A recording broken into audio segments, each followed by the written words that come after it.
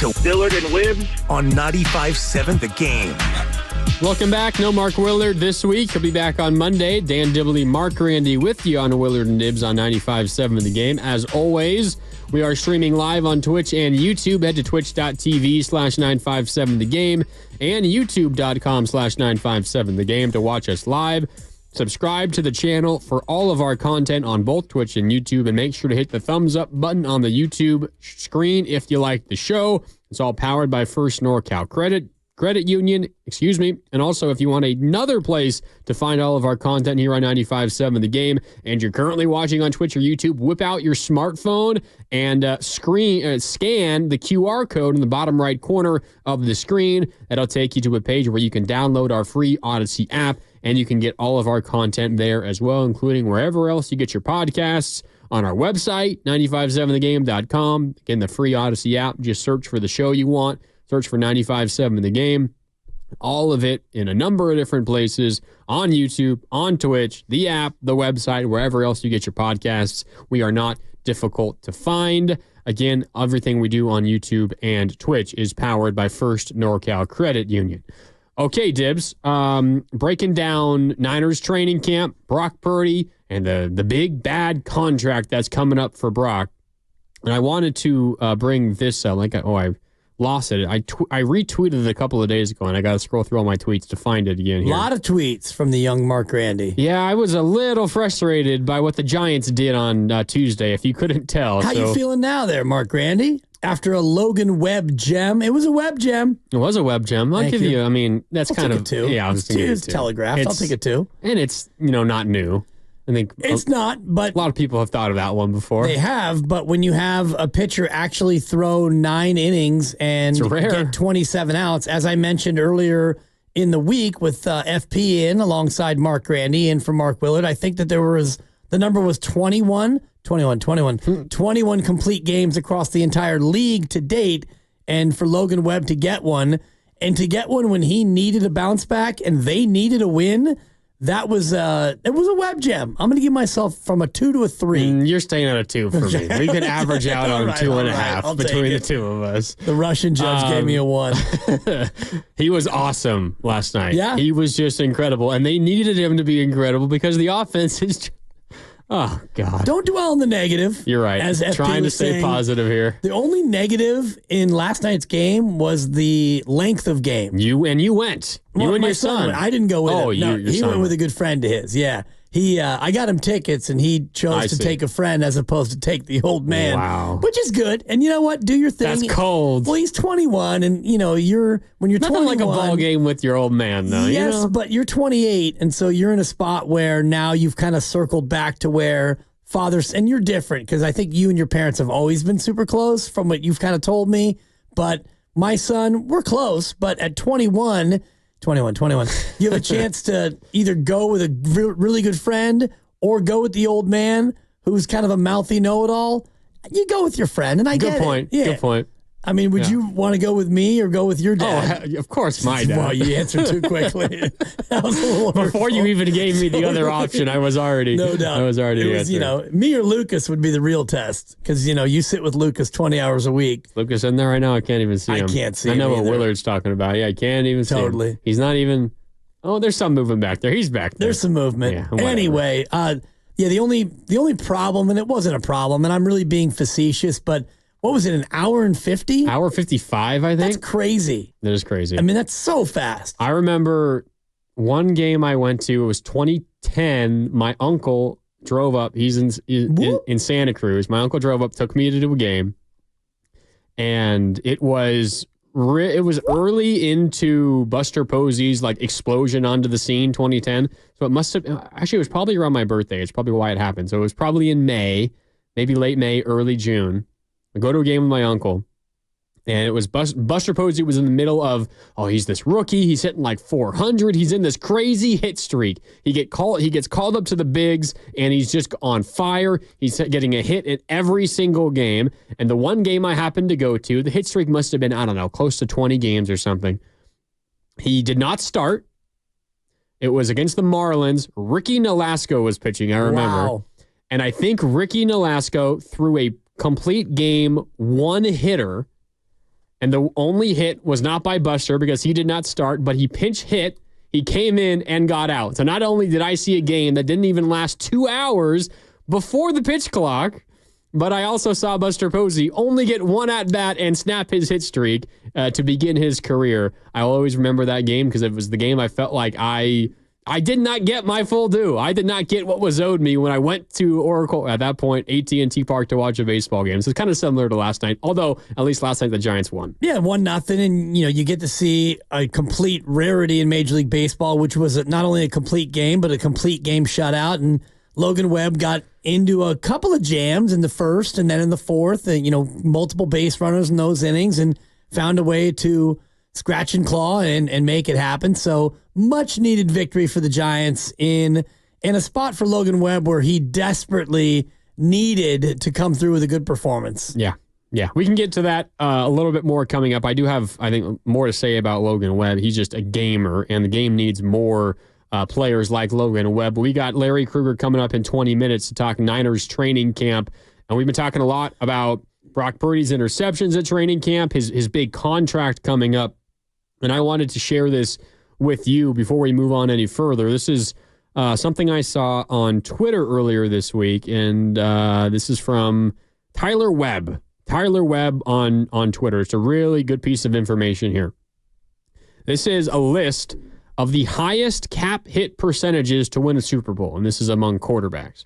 Generally speaking, the highest cap hit on every team, a lot of teams, especially teams that are in the Super Bowls, are going to be quarterbacks. So the highest cap hit percentages to win Super Bowls, highest percentage of a singular player's contract salary for that year divided by the entire salary for the entire team. Patrick Mahomes, most recent year, the highest cap hit percentage to ever win a Super Bowl. His cap hit last year was about 23%, 22.7%. Yep.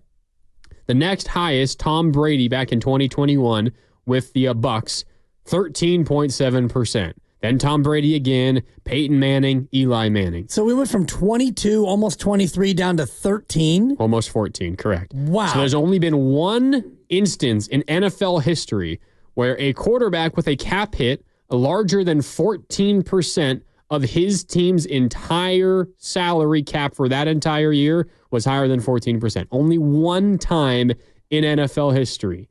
And Brock Purdy obviously is nowhere near 14% of the Niners cap right now, but when he signs that mega extension deal, he will be well over 14% of the Niners cap. And just in terms of historic numbers, just in terms of these numbers, the analytics, they say that it's very, very rare for a quarterback that takes up that much of your team's cap to win a Super Bowl. The only one to do it is arguably the greatest quarterback to have ever lived, Patrick Mahomes. That's a really interesting stat, especially as I look at Spot Track and the current average percent of the cap at signing numbers. And I'm looking at it right now, and there are no fewer than 18 quarterbacks who are taking up more than 16% of their team's cap. So unless Brock Purdy wins the Super Bowl, or unless one of these other guys like Baker Mayfield or Geno Smith, the Shoe down in Vegas, Gardner Minshew, Trey Lance, Bryce Young, C.J. Stroud. C.J. Stroud's an interesting name. He's only taking up 4% of their cap. Sam Darnold, maybe he wins the job in Minnesota. Anthony Richardson, Jaden Daniels out with the Commanders. My point is, it feels like this trend is really kind of turning itself on its head. And I think about the Green Bay example, and I continue to use this as an example ahead of their potential run this year because Jordan Love is now absorbing, 23% of the Green Bay Packers cap? I'm looking at here, 21.53. Okay, you're right. Yeah. So he's 21.53, a fifth of their cap. Thank you. That's my kids hate when I do that. Dad, you don't know 21 Savage. 21. I just like the way he does that. But he is almost 22% of their cap, and all these other names, Burrow, Allen, Herbert, Lamar Jackson, Mahomes, Hurts, Calamari, all these guys, even Dak Prescott, they're all above 20% of the cap, yet one of these guys has got to win it unless Brock does. You would figure, like going down the row, Cincinnati, Buffalo, those are playoff teams you would think. Chargers should be. Baltimore will be. Kansas City, of course. Philadelphia. Arizona, whatever, that contract was a debacle or debacle, which one you prefer. Same as Deshaun Watson. Dak Prescott's always in the playoffs. And then you get to Jordan Love and Tua. Jared Goff went to the conference championship game. So it feels more and more now like teams are going the Green Bay route. Spend money on the quarterback and find cheap receiver talent. Yeah. Yeah. And I know Miami didn't do that and Cincinnati didn't do that, but Buffalo is doing that. Philly didn't do that. Maybe you can pay one receiver. I don't know, but it feels more and more like you have to spend at least 20% of your cap on the quarterback or you're stuck with Gardner Minshew. Yeah, and this is, I think, kind of what I was trying to get at earlier. And the 707, shout out to the 707, asks a good question on the Xfinity mobile text line. At what point did QB start taking up that much of the cap? It is a more of a recent development that the numbers are this incredibly high. Generally speaking, quarterbacks have always been paid more than every other position, but it has very much exploded for quarterbacks, and the explosion hasn't been even and proportional across every other position. So it is a little bit of a newer thing. So, for example, you go back through the history of Super Bowl champions. You don't really have anybody making, like, say, 18% of the cap back in 1980 or whatever the case was. So it's a little bit different. It's more of a newer statistic, I would imagine. And there was no cap in 1980. So, it was basically you could spend as much as you want, which is how the Niners were so good so many years in a row because Eddie D was willing to open up the wallet for everybody. But like Peyton Manning, 2016, even you go back that far, he was taking up a little less than 12% of the cap, and he was, I'm sure, I'd have to go back and look, I'm sure in 16 he was probably one of the highest paid quarterbacks in the league, even though he was near the end of his career at that point. And I think Brady is on that list a number of times, and Brady would intentionally take less in order to allow his team to spend more elsewhere, which feels like a little bit of an anomaly now. But when you look at a quarterback like Tom Brady, it would be Aaron Rodgers. And Aaron Rodgers had an opportunity when he became a Jet to do something like that, and he chose to take as much as he possibly could. Take the money and run. And I don't begrudge any athlete for trying to get paid as much as they could or should, but the Tom Brady example is an interesting one because he did take less, and they were able to have a really good team around him. But yeah, good point. I think this is a little bit of an example of where when you have a quarterback like the Niners do, and the Texans fit into this category with C.J. Stroud, and say Caleb Williams is great, the Bears will fit into this eventually with Caleb Williams. All these younger quarterbacks who are currently on rookie scale deals, when they come due for the deal and they've shown enough to where you feel like you have to sign them, like Trevor Lawrence showed enough, although maybe didn't show enough for some of us, but showed enough to the Jaguars. But I mean, again, if you're the Jaguars, what are you going to do? Not sign them, and then who's going to play quarterback for you? So you're kind of damned if you don't. But unless you're Patrick Mahomes, you're almost kind of damned if you do. Because if you sign one of these guys like Justin Herbert he's taking up over 23% of his team's cap. And what did they just have to do this offseason? They had to cut wide receivers. Keenan Allen, who was awesome last year and who was a Chargers legend, they had to just straight up cut him. They cut Mike Williams. That one was a little more understandable because he had a gigantic contract and can't stay healthy. But you cut Keenan Allen, and now Justin Herbert, by the way, dealing with a foot injury in camp, and he's going to be out for at least a couple of weeks. If your quarterback gets hurt when he's taking up that much money, you absolutely have zero chance. If your quarterback is healthy when he's taking up that much money, he better be Patrick freaking Mahomes. Like, that's the only example of a quarterback who's making more than 14% of his team's cap to win a Super Bowl. So it's almost as if, Dibs, you have to sign this guy because he's better than league average and he's better than replacement value for your team. And I want to not take a chance on another rookie, but the dream scenario is you win a Super Bowl when your quarterback is still on the rookie deal. So I think maybe the overarching thing here that this tells us isn't necessarily that the Niners shouldn't sign Brock when the time comes. It says you better win the freaking Super Bowl this year before you start paying Brock $60 million a year and he takes up 20+% of your cap. Or if you don't, even if you do win it, you're probably going to say goodbye to Deebo Samuel and Brandon Ayuk and possibly George Kittle and the rest. And maybe Mooney Ward and Could be. You could still spend on the defense. You just can't spend everywhere. And you mentioned the Chargers, and I thought I would look at their depth chart because you talked about Williams leaving and Keenan Allen. They both were cut or released and the rest of it. And then I look at last year they drafted Quentin Johnson. He was a disaster for his first year. 1 year in, fine, but he wasn't in a spot where they're going to rely on him. But they used draft capital on a receiver. This year, Ladd McConkey, second round. Brendan Rice, 7th round. Cornelius Johnson, 7th round. They signed DJ Chark, who's Baby not. That's my daughter's favorite right now. It's number one on the playlist. But DJ Chark is a guy who you don't have to pay a ton to. And you have Joshua Palmer, who was a 3rd round pick a few years ago. So the Chargers are turning to young receivers, a la Green Bay, rookie deals, not highly paid free agents, and thinking, okay, we have an elite quarterback. He should be able to elevate them. So instead of paying Keenan Allen and Mike Williams, you pay these guys on rookie deals and you hope that it's good enough. You hope that it's good enough. But I'll just ask you, you will not find a bigger Justin Herbert fan in the Bay Area than me? Evan Giddings, your roommate, your very own roommate.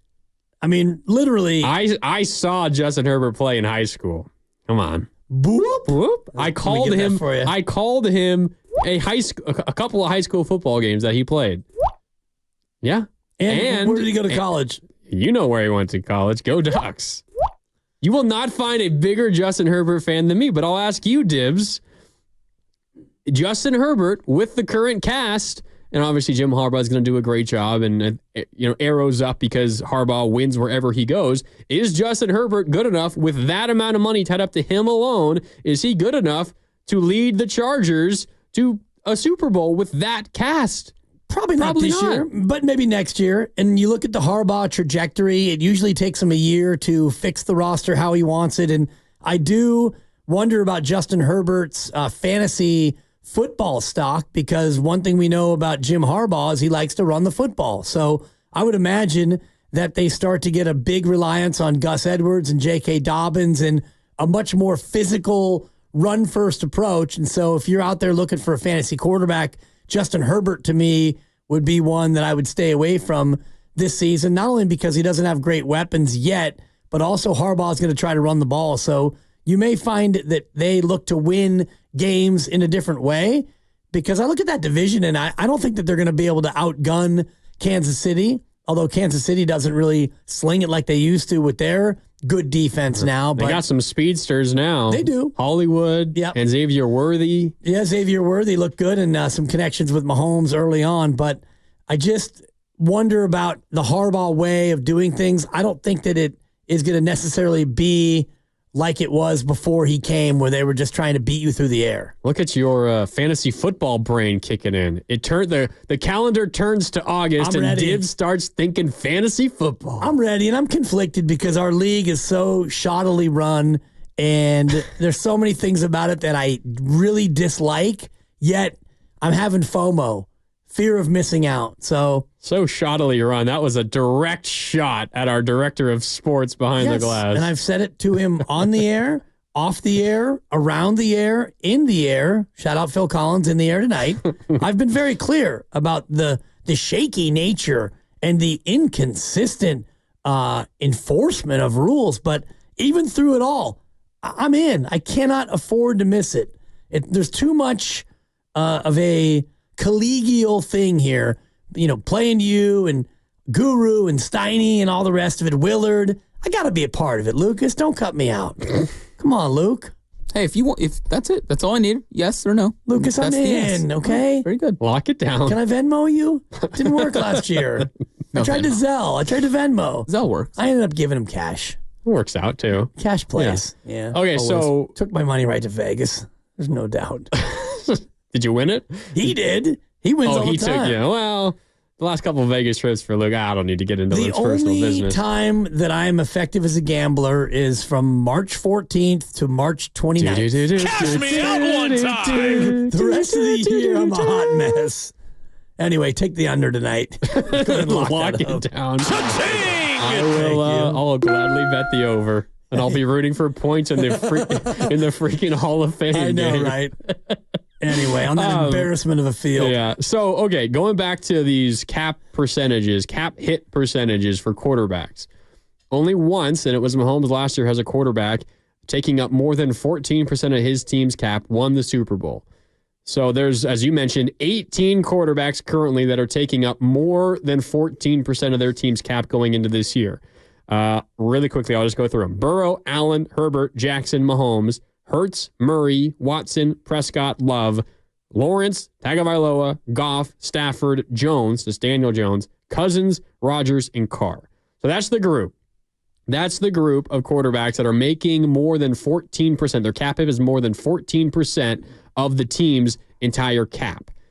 And then you got a group below that, including Brock Purdy, including Caleb Williams, including C.J. Stroud, including Jaden Daniels, including Baker Mayfield, and including Geno Smith. If I were to take out Patrick Mahomes out of the equation, Dibs, take Patrick Mahomes out of the equation, and maybe this ultimately just becomes a question of, do you think the Niners are going to win the Super Bowl or not? Take Mahomes out of the equation. Does the Super Bowl champion have a quarterback that takes up more or less than 14% of the cap? More. And I would take the field. And I knew you were going there. And even if you take Mahomes out, you're going to give me Allen and Jackson and Hurts and Burrow and Jordan Love and Goff, fine. Tagovailoa. So basically, it comes down to the Niners in Kansas City or the rest of the league, for the most part. Other than Houston, you would get. Yeah, you feel like the only quarterbacks that have a real shot to win the Super Bowl that are making less than 14% of the cap are Brock Purdy and the Niners, and then C.J. Stroud and the Texans. Yeah, I think that's a fair way to put it. And, Caleb Williams in Chicago, they could be better. I still don't think that they're even a playoff team. So, and you can have Bryce Young. You get Trey Lance and Zachy Bryce Young definitely winning a Super Bowl, yeah. Zachy Poo Wilson in Denver. What about Gardner Minshew? I love the shoe, but I don't like Vegas's chances of even being higher than third in their own division. So if you take Mahomes out, I'm still taking the group of 17. History would say it doesn't work out that way. Right, but history, I think, is not indicative of where we are in the NFL now, where even though these quarterbacks make a ton, they're now building their teams in different ways. Yeah.